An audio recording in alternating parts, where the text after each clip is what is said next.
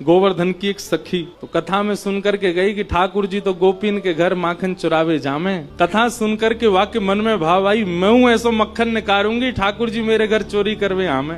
अभी की बात है, इसी कलिकाल में। अब मक्खन निकाल लियो, निकाल करके माने मटका में मक्खन सजाए लियो, और वाकई मन में आई कि ठाकुर जी को कैसे पता चले कि मैंने मक्खन निकारो है। तो दर्शनार्थी दर्शन करने जाते थे, उन्हीं दर्शनार्थियों में मक्खन लेके जाती। तो सब तो सामग्री मंदिर में चढ़ा देते, वो चढ़ाती नहीं, पीछे खड़े होकर के वहीं से मक्खन के पात्र को ठाकुर जी को दिखाती, और ठाकुर जी को दिखा कहती, धोरी गैया के दूध सो बढ़िया रात में जमाए करके मैंने दही निकारो, वह दही से ऐसा बढ़िया मक्खन निकारो लाला, लेकिन ये मैं तो दे के ना जाऊंगी, अपने घर में छीका पे लटकाए के रखूंगी, तेरी इच्छा होए तो चोरी करवे आ जाइयो। श्रीनाथ जी के मंदिर में जाके ठाकुर जी को लोभ देती है। सखी ने मक्खन ऐसे ठाकुर जी को दिखाया, लाला मेरे घर चोरी करवे आ जा, ऐसा बढ़िया मक्खन है। और वहां ने सब बता दियो, मंदिर से निकल के सीधे जाओगे, पोखरते दाएं मुड़ जाइयो, वहां से बाएं मुड़ जाइयो, वहां सीधे आइयो, वही मेरो घर है, और मैं घर के सब लोग सो जामे रात्रि में, तब आए जाइयो, चुपचाप चोरी करके जाइयो। लाला मैं बस इतना देखना चाहूं,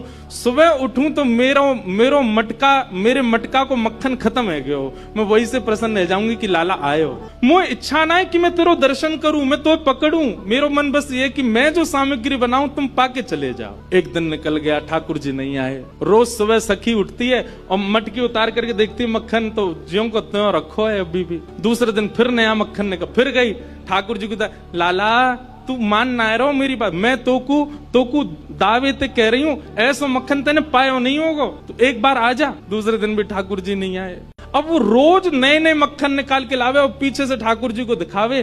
तो श्रीनाथ जी मंदिर में खड़े हैं, ऐसे कटाक्ष नीचे नेत्र हैं, सामने कुंभन दास जी बैठकर के कीर्तन सुना रहे थे। ठाकुर जी के मुख में से लार टपकन लगी, यहाँ ते लार गिरन लगी, और वह लार को सामने बैठे हुए कुंभन दास जी ने देख लियो। कुंभन दास जी बोले, जय जय जय जय जी, लार कैसे निकल रही है, का है गो, भूख लग रही है का?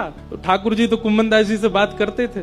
ठाकुर जो एक कुंभना, एक सखी आवे रोज और पीछे खड़ी खड़ी मही ते मक्खन दिखावे मुझे, और मुझको रोज लोभ दे के जाए, तुम चोरी करवे आ जाओ, तुम चोरी कर। अब मुझे तो यूं भय लगे, जो कलिकाल है, जो कलयुग है, कलयुग में मैं यदि सचल है गयो तो सब पकड़ लेंगे मुझको। अब मैं बाकी यहाँ कैसे जाऊं, मेरे खावे को बड़ो मन कर रहा है। कुंभन दास जी के नेत्र सचल हो गए, बोले जय हो नाथ, आपके रसोई घर भंडार में कोई कमी है? अरे इतनो मक्खन, इतनो दही, इतनो दूध, इतनी गौशाला, इतनी गैयान को दूध रोज आपके मंदिर में आवे, वही सखी कोई क्यों चाहिए? बोले अरे तो तू ना समझेगो, वो बड़े प्रेम ते आवे और सब तो चढ़ा जामे, यहाँ पे इतने लोग लाते हैं सामग्री, सबका भूख लगता है, कोई जरूरी थोड़ी। पर वाकई मन में ये भावना है कि तुम मेरे घर आओ, दर्शन